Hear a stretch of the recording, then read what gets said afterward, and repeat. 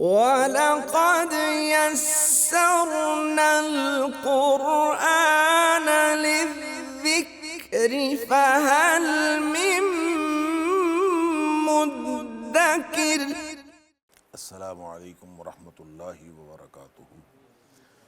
الحمد للہ وکفا وسلام علی عبادہ الذین اصطفیٰ۔ اشہد ان لا الہ الا اللہ وحدہ لا شریک لہ واشہد ان محمدا عبدہ ورسولہ صلی اللہ علیہ وآلہ وسلم۔ اللہم صل علی محمد وعلی آل محمد کما صلیت علی ابراہیم وعلی آل ابراہیم انک حمید مجید۔ اللہم بارک علی محمد وعلی آل محمد کما بارکت علی ابراہیم وعلی آل ابراہیم انک حمید مجید۔ اما بعد فاعوذ باللہ السمیع العلیم من الشیطان الرجیم من ہمزہ ونفخہ ونفثہ۔ بسم اللہ الرحمن الرحیم۔ یا ایہا الذین آمنوا اتقوا اللہ وآمنوا برسولہ یؤتکم کفلین من رحمتہ ویجعل لکم نورا تمشون بہ ویغفر لکم واللہ غفور رحیم۔ اے ایمان والو، اے ایمان کا دعویٰ کرنے والو، اتقوا اللہ، اللہ سے ڈرو، وآمنوا برسولہ، اور ایمان لاؤ اس کے رسول پر، یؤتکم کفلین من رحمتہ، وہ تمہیں 2 حصے اجر عطا کرے گا اپنی رحمت سے، وَيَجْعَلْ لَكُمْ نُورًا، اور تمہارے لیے ایک نور، ایک روشنی پیدا کر دے گا، تمشون بہ، جس کے اندر تم چلو گے روشنی میں، وَيَغْفِرْ لَكُمْ، اور تمہارے گناہ بخش دے گا، واللہ غفور رحیم، اور اللہ بہت ہی بخشنے والا اور ہمیشہ رحم کرنے والا ہے۔ آیت نمبر 28 سورۃ الحدید، یہاں سے آج کے سبق کا آغاز اللہ کی توفیق سے ہو رہا ہے، اور اس آیت نمبر 28 کے اوپر کچھ گفتگو گزشتہ درس کے اختتام پہ ہو چکی، اس کو سمجھنے کے لیے اور کچھ 1-2 باتیں جو رہ گئی تھیں وہ عرض کرنے کے لیے اسی آیت سے ہم آج کے سبق کا آغاز کر رہے ہیں۔ دیکھیں، پورے قرآن میں جس ایمان کا تقاضا کیا گیا ہے وہ ایمان ایک مرکب چیز ہے، اور یعنی ایمان کے مختلف اجزاء ہیں۔ ایمان مفرد چیز نہیں ہے، نہ ہی بسیط چیز ہے۔ ایمان مرکب ہے، اس کے اندر اللہ پر ایمان بھی شامل ہے، اللہ کے رسولوں پر ایمان بھی شامل ہے، اس کے اندر فرشتوں پر ایمان بھی شامل ہے، کتابوں پر ایمان بھی شامل ہے، اچھی بری تقدیر پر ایمان بھی شامل ہے۔ یہ سارے کچھ جو معروف 6 جس کا ذکر اللہ کے رسول صلی اللہ علیہ وسلم نے حدیث پاک میں کیا کہ یہ شامل ہوں گے اجزاء، 6 اجزاء، تو وہ ایمان مکمل ہوگا۔ لیکن یہاں جو اس آیت کے اندر فرمایا گیا آمنوا برسولہ، کہ ایمان والو اللہ سے ڈرو اور اللہ کے رسول پر ایمان لاؤ، گویا صرف رسول اللہ صلی اللہ علیہ وآلہ وسلم پر ایمان لانے سے گویا اس کا مطلب یہ ہرگز نہیں ہے کہ اللہ پر ایمان لانے کی کوئی ضرورت نہیں، یا کتابوں پر ایمان لانے کی ضرورت نہیں، آخرت پر ایمان لانے کی کوئی ضرورت نہیں، فرشتوں پر ایمان لانے کی ضرورت نہیں، تقدیر پر ایمان لانے کی ضرورت نہیں، گویا اکیلا اللہ کے رسول صلی اللہ علیہ وسلم پر ایمان کافی ہے۔ یہ اس کا مطلب ہرگز نہیں ہے۔ اس کا مطلب یہ ہے کہ ایمان مکمل ہوتا ہی اس وقت ہے جب اس کے سارے اجزاء مکمل ہوں۔ البتہ اللہ کریم کبھی ایک جز بول کے پورا کل مراد لیتا ہے، کبھی کل بول کر تمام اجزاء مراد لیے جاتے ہیں۔ تو اگر مطلقاً ایمان بولا جائے تو اس سے بھی سارے اجزاء شامل ہوں گے، اور اگر کوئی ایک جز بولا جائے تو اس سے بھی مراد تمام اجزاء ہیں۔ یہ درست نہیں ہے کہ کوئی شخص کہے کہ یہاں صرف نبی اکرم صلی اللہ علیہ وسلم پر ایمان لانے کی بات کی گئی اور باقی اجزاء غیر ضروری۔ اصل میں ایک آیت جو 2 دفعہ دہرائی گئی سورہ بقرہ میں بھی اور سورہ مائدہ میں بھی، سورہ بقرہ کی غالباً آیت نمبر 62 ہے، تو سورہ مائدہ کے اندر بھی وہ دہرائی گئی، جس کے اندر نبی پاک صلی اللہ علیہ وسلم پر یا رسول پر ایمان لانے کا ذکر نہیں، کہ وہ لوگ جو ایمان لائے والذین ہادوا، اور جو لوگ یہودی ہوئے، والصابئین، اور جو لوگ صابی ہوئے، یعنی سب کا ذکر اللہ تعالیٰ نے فرمایا، اور فرمایا ان میں سے جو بھی ایمان لائے گا تو یہ وہ لوگ ہیں جن کے اوپر نہ کوئی خوف ہوگا نہ وہ غم کھائیں۔ اچھا، اس سے لوگوں نے یہ جب ہم نے آیت نمبر 62 پڑھی تھی اس وقت بھی میں نے عرض کیا تھا کہ لوگوں نے اس سے وحدت ادیان کشید کرنے کی کوشش کی ہے کہ دین، کسی بھی دین پر کوئی شخص چلتا ہو، چاہے وہ سکھ ہو، یہودی ہو، عیسائی ہو، کسی اور مذہب کا ہو، وہ ہندو ہو، وہ کوئی بھی ہو، اگر وہ اللہ کو ماننے والا ہے تو بس ٹھیک ہے، اللہ پر ایمان رکھتا ہے اور آخرت پر دن پر ایمان رکھتا ہے تو بس کافی ہے، اس کی کامیابی کے لیے اتنا کافی ہے کہ وہ اللہ کو مانتا ہے اور آخرت کے دن کو مانتا ہے۔ گویا اس میں جب نبی کریم صلی اللہ علیہ وسلم پر ایمان لانے کا ذکر نہیں ہے تو اس عدم تذکرہ کو انہوں نے اس بات کی دلیل سمجھا کہ شاید نبی پاک صلی اللہ علیہ وسلم پر ایمان لائے بغیر بھی کامیابی حاصل ہو سکتی۔ یہاں جب اللہ کے رسول صلی اللہ علیہ وسلم کی بات ہوئی آیت نمبر 28 میں، آمنو بالرسول ہی، صرف رسول پر ایمان لاؤ، تو اب باقی ایمانیات کدھر گئے؟ اس کا مطلب اللہ پر ایمان، کیا اس کا مفہوم یہ کیا جا سکتا ہے کہ اللہ پر ایمان لائے بغیر کوئی شخص جو ہے وہ مومن ہو سکتا ہے؟ کیا اس کا معنی یہ کیا جا سکتا ہے کہ یوم آخرت پر ایمان لائے بغیر کوئی شخص مومن ہو سکتا ہے؟ یقیناً نہیں کیا جا سکتا۔ اس کا مطلب یہ ہے کہ تمام اجزائے ایمان پر ایمان لانا ضروری ہے، چاہے کسی جگہ کوئی ایک جز بولا گیا ہو، کہیں چاہے کوئی دوسرا جز بولا گیا ہو۔ اور عام طور پہ اللہ تعالیٰ آمنو کی بات کرتا ہے، کبھی آمنو باللہ والیوم الآخر، اور حدیث کے اندر بھی آمنو باللہ والیوم الآخر، من آمن باللہ والیوم الآخر، جو بھی آخرت کے دن پر اللہ پر ایمان رکھتا ہے، جو بھی اللہ پر آخرت کے دن پر ایمان رکھتا ہے، تو اس کا مطلب یہ ہرگز نہیں ہے کہ وہ رسول صلی اللہ علیہ وسلم پر ایمان نہیں رکھتا۔ تو اللہ کے رسول صلی اللہ علیہ وسلم پر ایمان رکھنا بھی اتنا ہی ضروری ہے جتنا اللہ پر ایمان رکھنا ضروری ہے۔ ہر جزو ایمان اتنا ہی ضروری ہے جتنا کوئی دوسرا جز ایمان۔ اس لیے نتیجہ یہ نکلا کہ اگر کوئی شخص تمام اجزائے ایمان میں سے کسی ایک ایمان کے جز کو بھی تسلیم نہ کرتا ہو تو اس کے باقی کے اجزائے ایمان پر جو اس کا ایمان ہے وہ بھی قابل قبول نہیں رہتا۔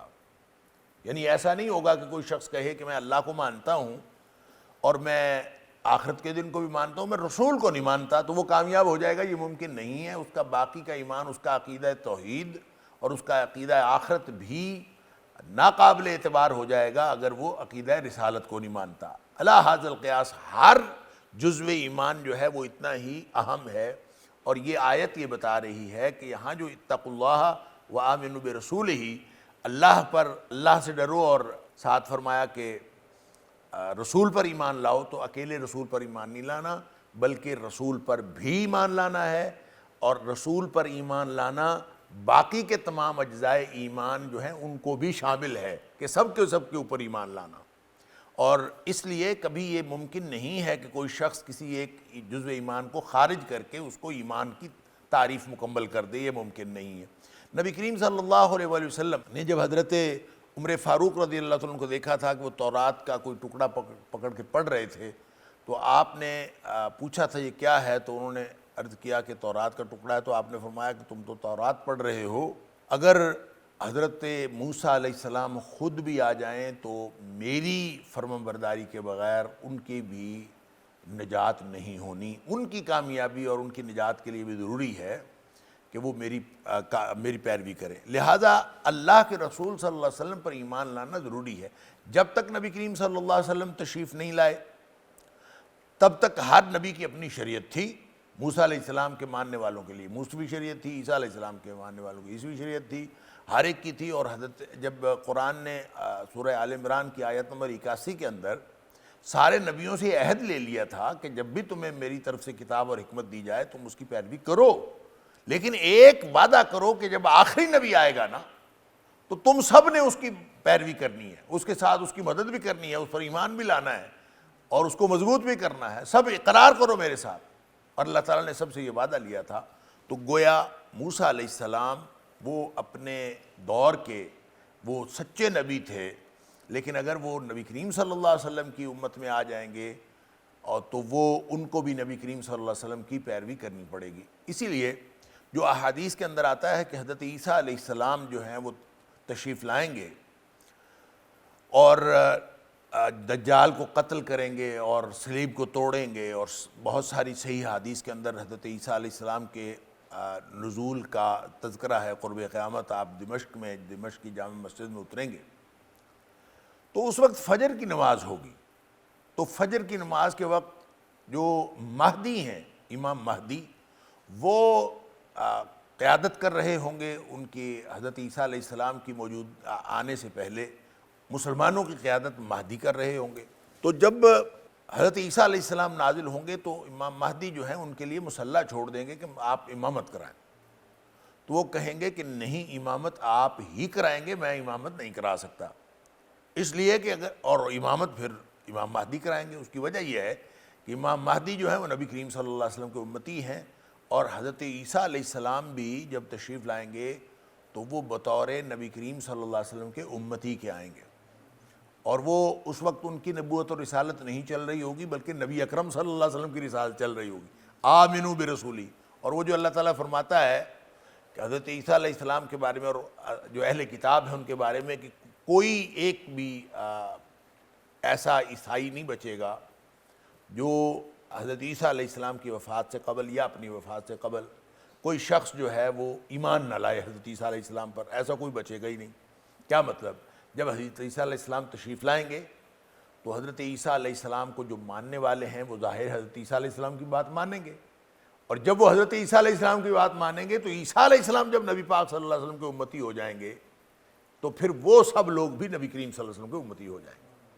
پھر دو ہی جماعتیں بچیں گی، ویسے ہی دو جماعتیں ہی ہیں دو جماعتیں، ایک حزب اللہ ہے ایک حزب الشیطان ہے، تو دو ہی جماعتیں بچیں گی، اور ایک جماعت میں حضرت عیسیٰ علیہ السلام ہوں گے اور دوسری جماعت میں جو دجال ہوگا، اور اس کے ساتھ یہودی ہوں گے، عیسائی، اور اہل کتاب میں سے جو حضرت عیسیٰ علیہ السلام کو مانتا تھا وہ تو سارے کے سارے مسلمان ہو جائیں گے۔ لہذا یہ مسلمانوں کا گروہ الگ ہوگا اور دجال کا گروہ الگ ہوگا، یہودی ان کے ساتھ ہوں گے۔ یہ فائنل مارکا ہونا ہے، یہ فائنل جو ہے صف بندی ہونی، اور اس کے بعد جب فائنل مارکا ہوگا اور اس کے بعد جو حضرت عیسیٰ علیہ السلام ہے وہ دجال کو بھی قتل کر دیں گے، اور حالانکہ دجال جو ہے وہ حضرت عیسیٰ علیہ السلام کو دیکھتے ہی پگھلنے لگے گا، جیسے نمک جو ہے وہ پانی میں ڈال دیا جو تو پگھلنا شروع ہو جاتا ہے، تو ایسے یعنی اس کی ساری قوتیں کمزور پڑنی شروع ہو جائیں گی۔ لیکن حضرت عیسیٰ علیہ السلام جو اس کو باقاعدہ ماریں گے نیزے کے ساتھ، اور نیزے کے ساتھ اس کو قتل کریں گے، اور وہ بھی حدیث کے اندر آتا ہے باب لد کے پاس جا کے اس کو پکڑیں گے، اور یہ بھی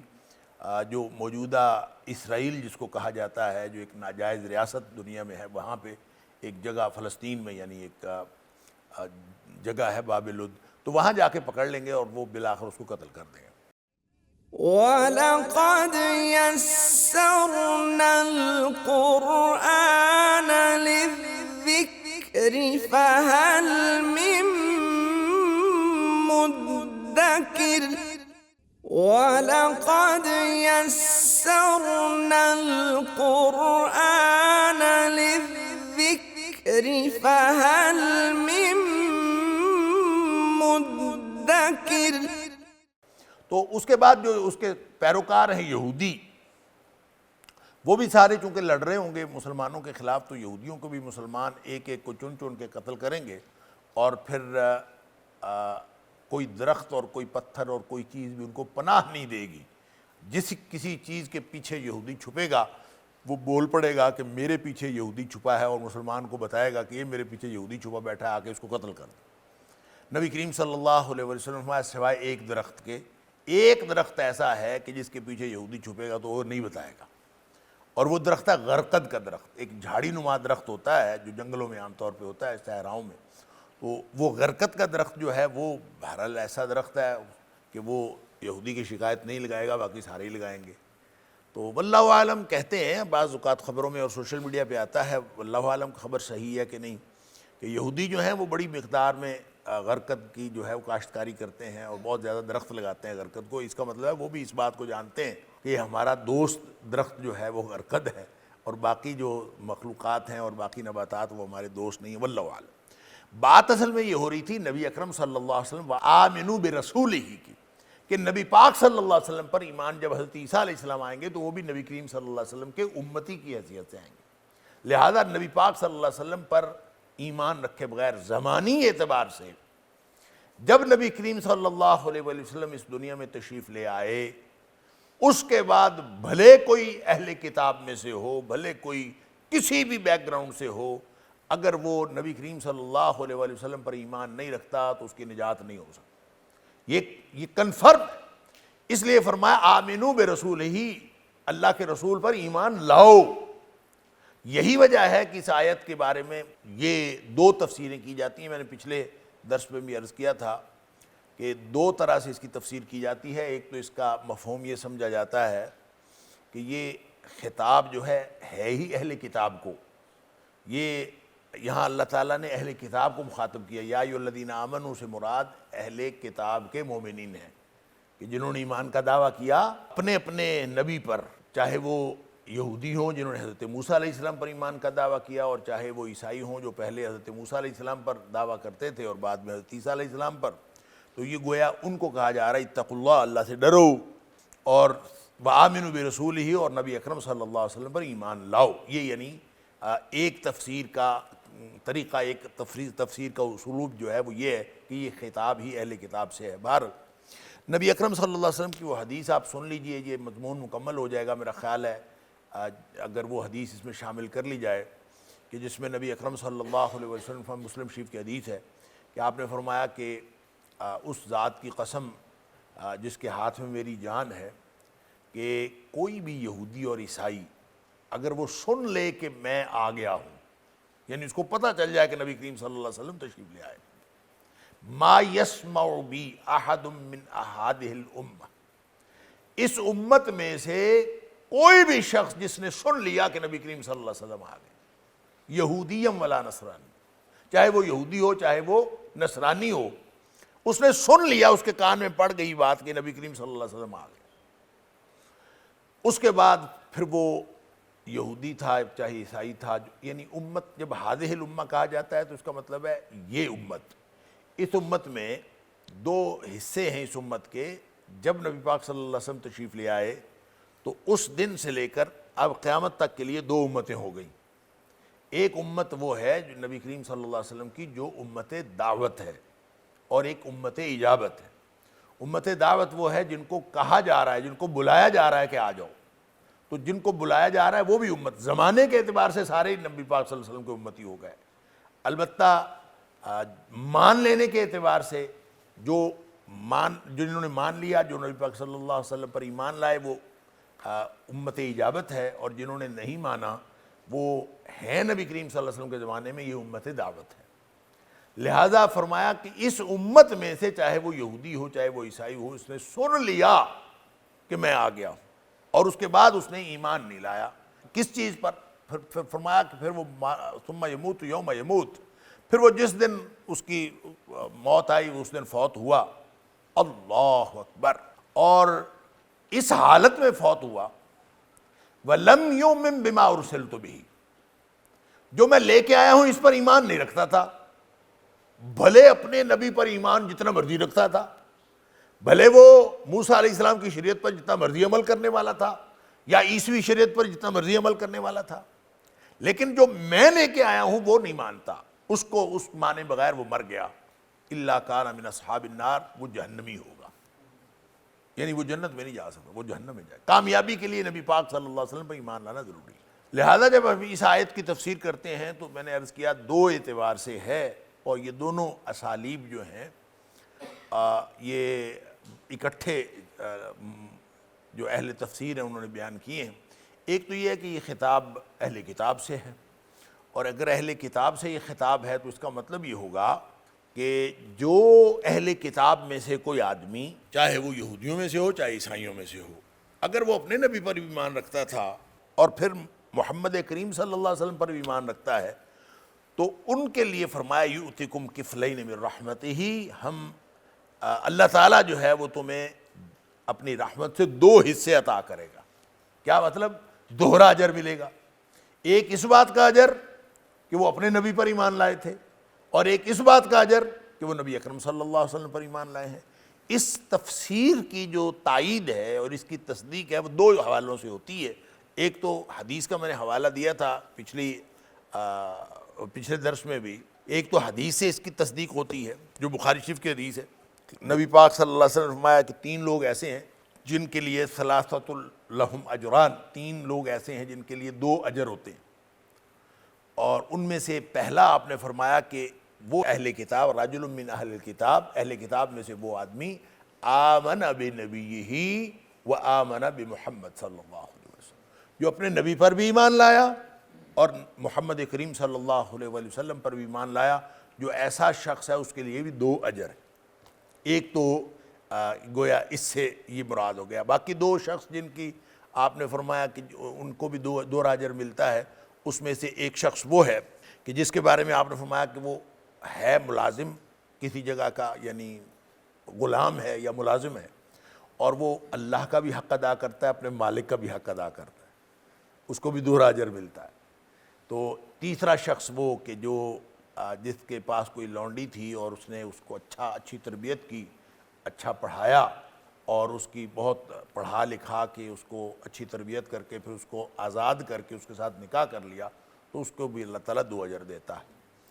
اچھا، یہ اس سے بھی پتہ چلا کہ جو آمن بنبیہ و آمن بمحمد صلی اللہ علیہ وسلم، جو اس طرح کے اہل کتاب ہے، تو گویا یہ اس تفسیر کی رہنمائی اس حدیث سے بھی ہوتی ہے۔ اسی طرح قرآن سے بھی سورہ قصص کے اندر جو آیت نمبر 56 ہے، بلکہ کہنا چاہیے کہ آیت نمبر 52 سے لے کر جو 2 3 4 آیات ہیں، اس کے اندر یہ مضمون وہاں بھی بیان ہوا ہے، ہم پڑھ رہے ہیں۔ اس میں بھی اللہ تعالیٰ یہ فرماتا ہے کہ جو اہل کتاب ہیں، الذین آتیناہم الکتاب من قبلہ ہم بہ یؤمنون، کہ جن کو ہم نے پہلے کتاب دی تھی وہ اس کے اوپر ایمان رکھتے ہیں، اور پھر فرمایا وَإِذَا يُتْلَى عَلَيْهِمْ، اور جب ان کے اوپر قرآن تلاوت کیا جاتا ہے، یعنی پہلے وہ ایمان لائے ہوئے ہیں، اور جب ان کے اوپر قرآن تلاوت کیا جاتا ہے قَالُوا آمَنَّا بِهِ، تو وہ کہتے ہیں ہم اس پر بھی ایمان لاتے ہیں۔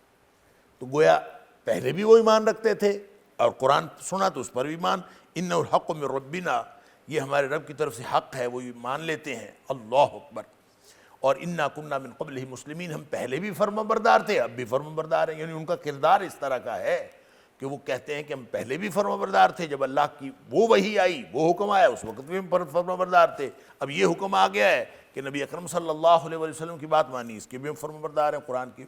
اللہ فرماتا اولئک یؤتون اجرہم مرتین بما صبروا، اللہ تعالیٰ ان کو 2 اجر عطا کرے گا، اس لیے کہ انہوں نے صبر کیا، وہ ڈٹے رہے، وَيَدْرَؤُونَ بِالْحَسَنَةِ السَّيِّئَةَ وَمِمَّا رَزَقْنَاهُمْ يُنْفِقُونَ، کہ اللہ تعالیٰ فرماتا ہے کہ ان کو 2 اجر ملے گا۔ گویا جو بھی اہل کتاب میں سے اپنے نبی پر بھی ایمان لایا اور نبی کریم صلی اللہ علیہ وسلم پر بھی ایمان لایا، اس کے لیے 2 اجر ہے۔ یہ تفسیر جو ہے 2 طرح سے اس کی تائید ہو گئی، قرآن سے بھی سورۃ قصص سے، اور اس کی تائید ہو گئی بخاری شریف کی حدیث سے بھی۔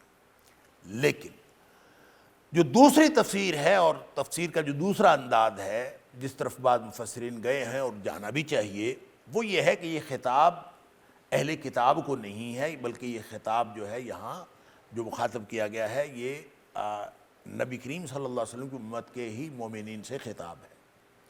اور اس کی وجہ یہ ہے کہ جو پورے سورت کا سیاق و سباق ہے ابتدا سے لے کر یہاں تک، وہ اسی بات کا تقاضا کرتا ہے کہ اس میں خطاب جو ہے وہ امت محمدیہ کے اہل ایمان کو ہے، یہ اہل کتاب کے اہل ایمان کو نہیں ہے خطاب۔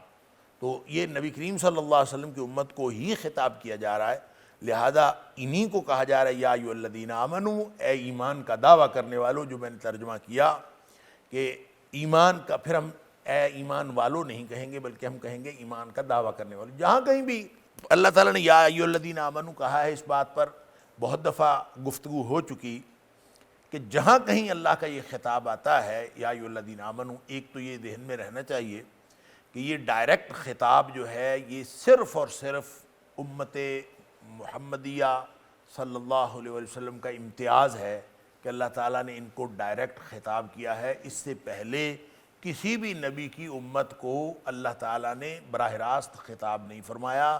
وہ ان کی نبی کو خطاب کیا جاتا تھا اور نبی کے ذریعے سے امت تک پیغام پہنچایا جاتا تھا. اور نبی کریم صلی اللہ علیہ وسلم کی امت کو یہ امتیاز ملا ہے کہ آپ کو اللہ تعالیٰ ڈائریکٹ آسمانوں سے خطاب کرتا ہے.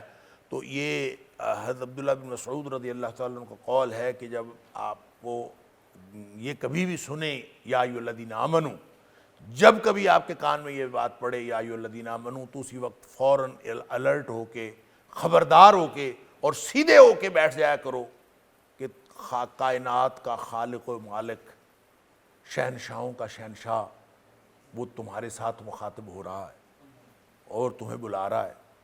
تو اس کا مطلب یہ ہوا کہ یا ایھا الذین آمنو جب کہا جاتا ہے تو اس میں صرف اہل ایمان شامل نہیں ہوتے، بلکہ اس میں سارے وہ شامل ہوتے ہیں جو ایمان کا دعویٰ کرتے ہیں. ایمان والا ہونا اور بات ہے، ایمان کا دعویٰ کرنا اور بات ہے. ایمان کے دعوے والے تو ہم سارے ہی ہیں.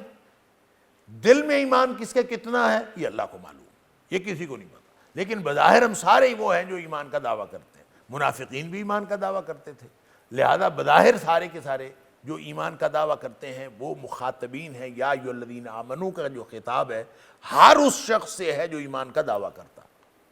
اسی لیے اللہ تعالیٰ نے سورہ نساء میں فرمایا یا ایھا الذین آمنو آمنو، اے ایمان کا دعویٰ کرنے والوں ایمان والے بن کے بھی تو دکھاؤ. تو گویا یہاں بھی وہی اسلوب ہے کہ یا ایھا الذین آمنوا اتقوا اللہ، اے ایمان والو اور اے ایمان کا دعویٰ کرنے والو تم اللہ سے ڈرو، وآمنوا برسولہ، اور اس کے رسول پر واقعتاً مومن بن کے دکھاؤ، اس کے رسول پر ایمان لانے والے بن کے دکھاؤ. جو رسول پر ایمان لاتا ہے پھر اس کی کیفیت وہ تو نہیں ہوتی جو منافقین کی تھی. جو رسول صلی اللہ علیہ وسلم پر ایمان لاتا ہے آج کے دور کی، چاہے منافقین اس دور کے ہوں چاہے منافقین آج کے دور کے ہوں، نبی کریم صلی اللہ علیہ وسلم کی بات سن کر تو فوراً انسان سمعنا و اطعنا، ایمان کا تقاضا یہ ہے کہ بات سنی اور فوراً اطاعت کی.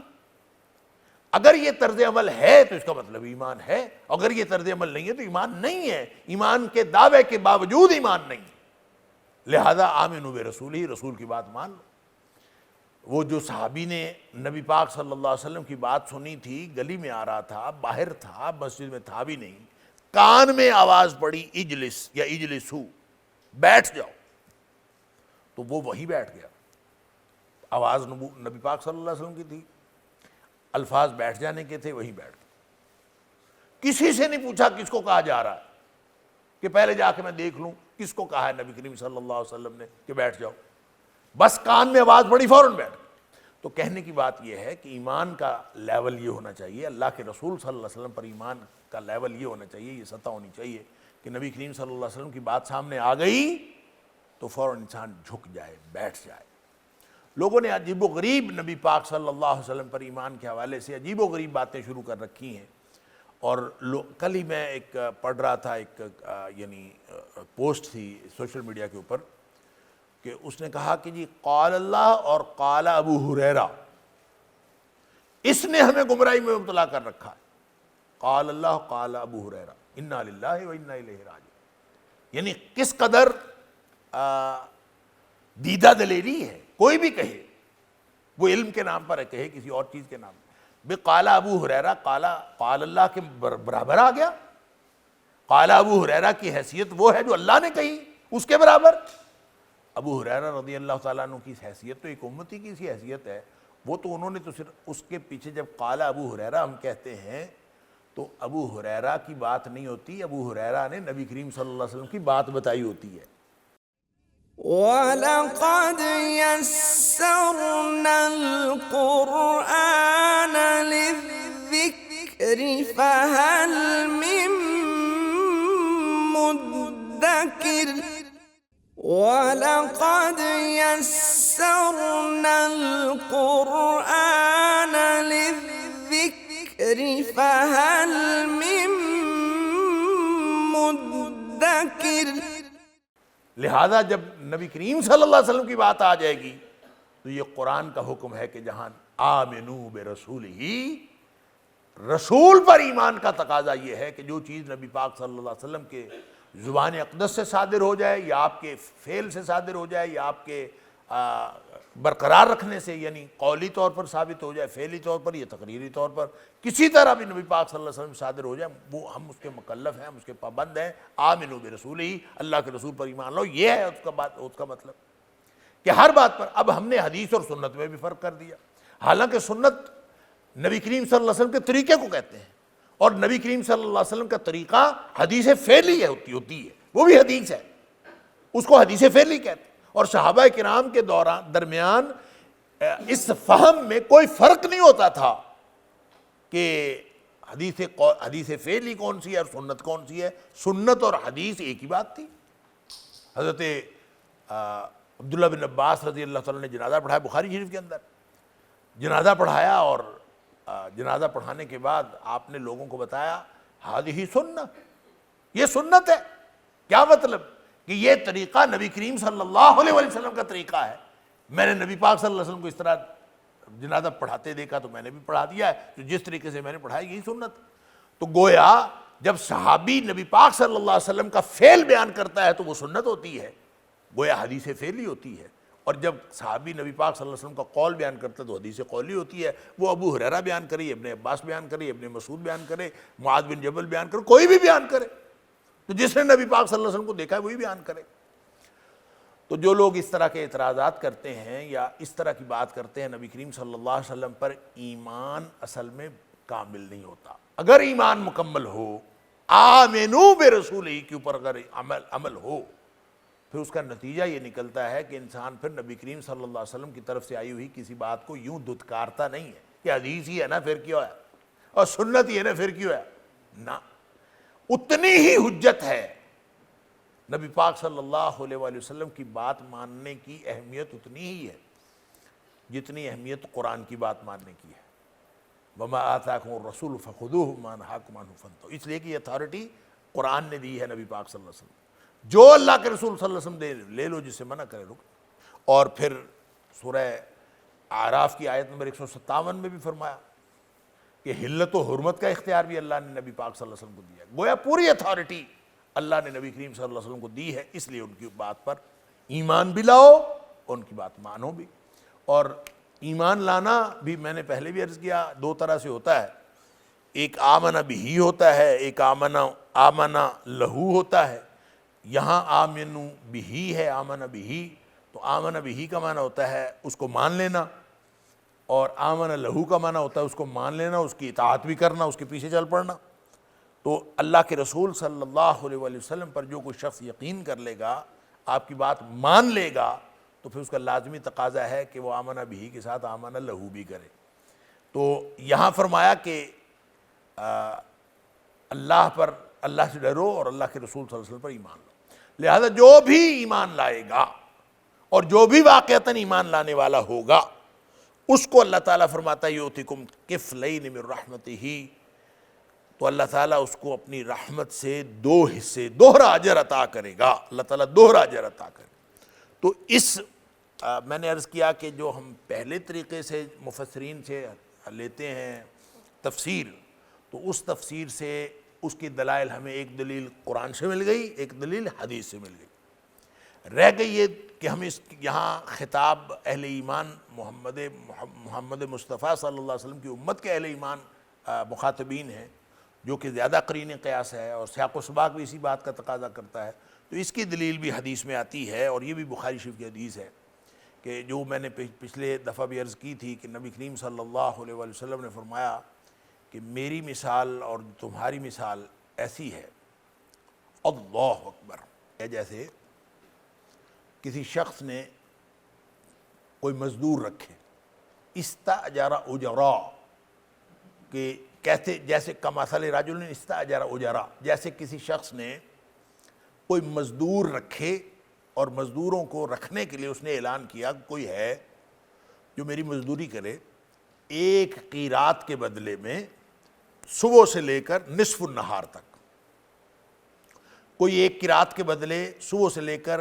نصف النہار تک۔ آپ یوں سمجھیں کہ مزدوروں کا اڈا لگا ہوا ہے، تو اس پہ جا کے جیسے کوئی شخص جس نے مزدور لے کے جانا ہے اور اس نے جا کے اعلان کیا بھی کوئی ہے جو کام کرے میرے لیے، صبح سے لے کر دوپہر تک، نصف النہار تک کام کرے تو میں اس کو ایک کی رات دوں گا.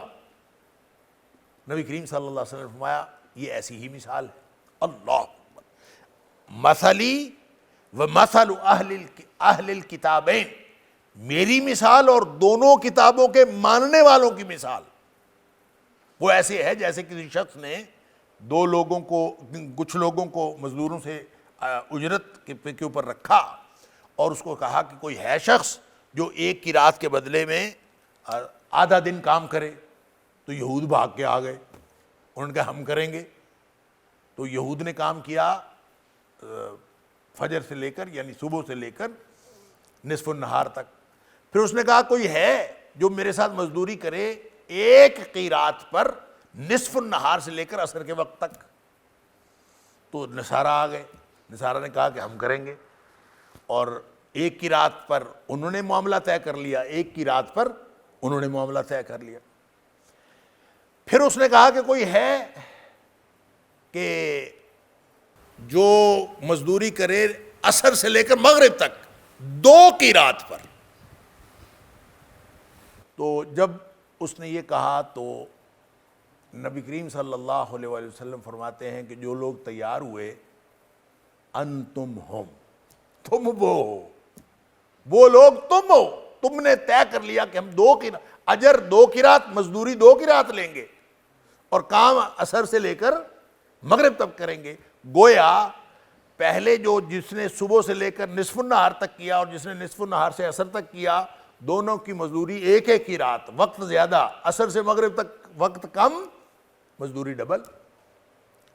تو کہتے ہیں کہ وہ اس پر خود نبی کریم صلی اللہ علیہ وسلم نے فرمایا کہ یہود و نصارہ کو اس پر ناراضگی ہوئی اور انہوں نے ناراضی کا اظہار کیا کہ ہمیں جو ہے وہ کام زیادہ لیا گیا ہم سے اور اجرت کم دی گئی. تو ان کو کہنے والے نے کہا کہ یہ بتاؤ کہ میں نے کوئی تمہارا حق رکھا ہے؟ تمہارے ساتھ جو ڈیل طے ہوئی تھی وہی ملا ہے نا تمہیں. اگر تو کوئی تمہارا حق رکھا ہے تو پھر میرے اوپر اعتراض کرو. تو تمہارا حق میں نے نہیں رکھا، تمہارے ساتھ جو ڈیل طے ہوئی تھی وہی ڈیل تمہیں دی ہے. ایک کی رات طے ہوا تھا، میں نے ایک کی رات تمہیں دیا، لہذا تمہارا حق تو میں نے نہیں رکھا. وہ کہتے ہاں حق تو نہیں رکھا. تو اللہ اکبر. تو کہنے والے نے کہا کہ وہ تو پھر میرا فضل ہے، ذالک فضلی، یہ تو میرا فضل ہے، جس کو میں چاہوں میں اس کو دوں، جس کو نہ چاہوں اس کو دوں. اگر کوئی شخص زائد مال کسی کو دینا چاہے تو اس کو کون روک سکتا ہے؟ اس کا مطلب یہ ہے کہ اللہ تعالیٰ نے نبی کریم صلی اللہ علیہ وآلہ وسلم کی امت کو بحیثیت امت دوہرے اجر کا مستحق قرار دیا. نبی کریم صلی اللہ علیہ وسلم کی امت جیسے یہ امتیازات نبوی میں سے ہے، نبی کریم صلی اللہ علیہ وسلم کے امتیازات میں سے ہے کہ آپ کی امت کو ہر چیز کا اجر جو ہے وہ دوہرا ہے. لہذا یہ یؤتکم کفلین من رحمتہ جو ہے، یہ نبی کریم صلی اللہ علیہ وسلم کے امت کے ہر آدمی کے لیے اور ہر فرد کے لیے یہ دوہرے اجر کی نوید ہے. یہ اکیلا صرف ان لوگوں کے لیے نہیں ہے کہ جو اہل کتاب پر بھی ایمان لایا اور پھر بعد میں بھی ایمان لایا، بلکہ نبی پاک صلی اللہ علیہ وسلم کی امت کی ان کو دوہرا اجر ملے گا، یہ ایک الگ معاملہ ہے، وہ بھی ملے گا. اور نبی کریم صلی اللہ علیہ وسلم کی امت کے ہر شخص کو دوہرا اجر ملے گا. تو اس اجر کا مستحق ہر وہ شخص ہے جو نبی کریم صلی اللہ علیہ وسلم پر ایمان لائے. وَيَجْعَلْ لَكُمْ نُورًا تَمْشُونَ بِهِ، اور اللہ تمہارے لیے روشنی کر دے گا. سبحان اللہ. دوہرا اجر بھی ملے گا، روشنی بھی ہو جائے گی.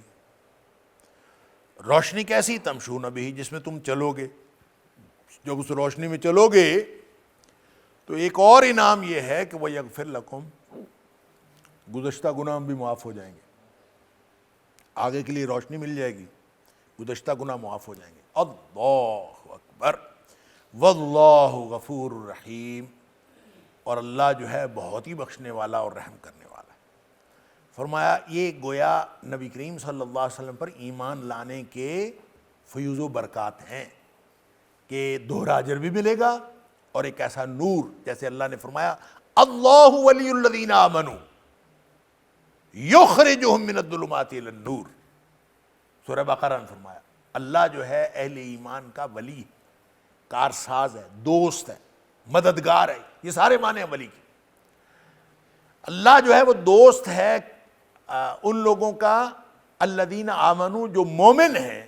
اللہ ولی الذین آمنوا یخرجہم من الظلمات الی النور، وہ ان کو اندھیروں میں سے نکالتا ہے، روشنی میں لے جاتا ہے۔ لہذا وہ اندھیرے کفر و شرک کے ہوں اس سے بھی اللہ نکالتا ہے، روشنی ایمان کی عطا فرما دیتا ہے۔ وہ اندھیرے عملی گمراہی کے ہوں اللہ تعالیٰ اس میں سے نکالتا ہے اور روشنی میں لے جاتا ہے۔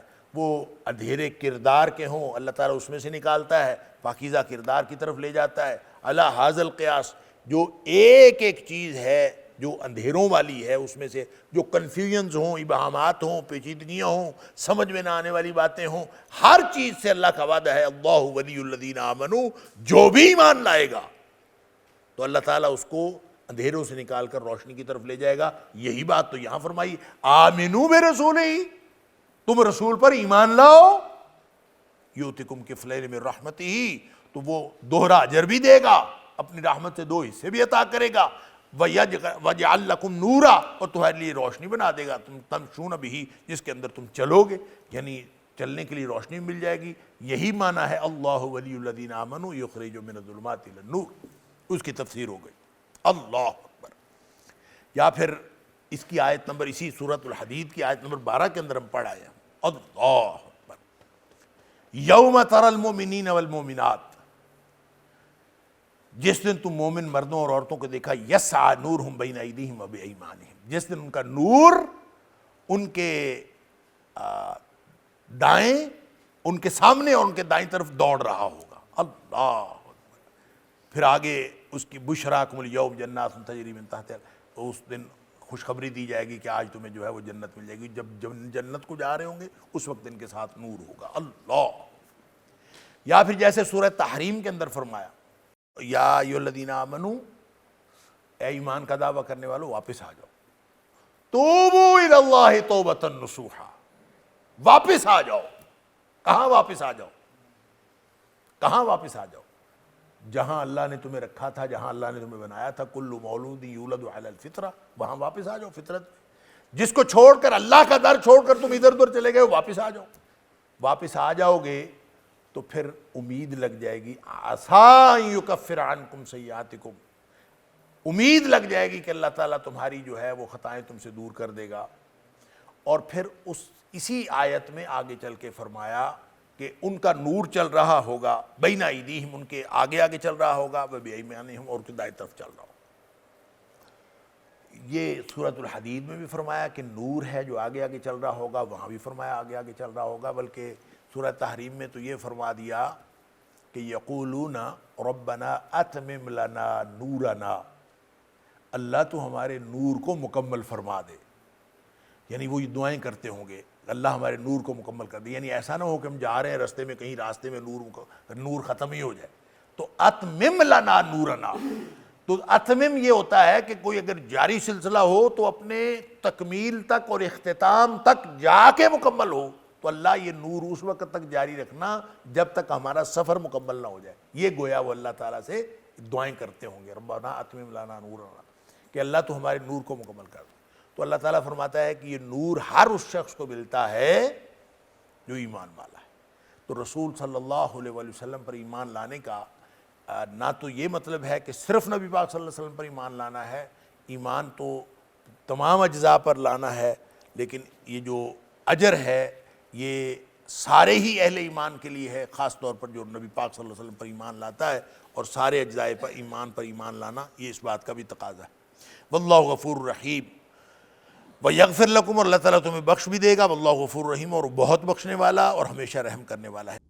إن هذا القرآن يهدي للتي هي أقوم ويبشر المؤمنين الذين يعملون الصالحات أن لهم أجرا كبيرا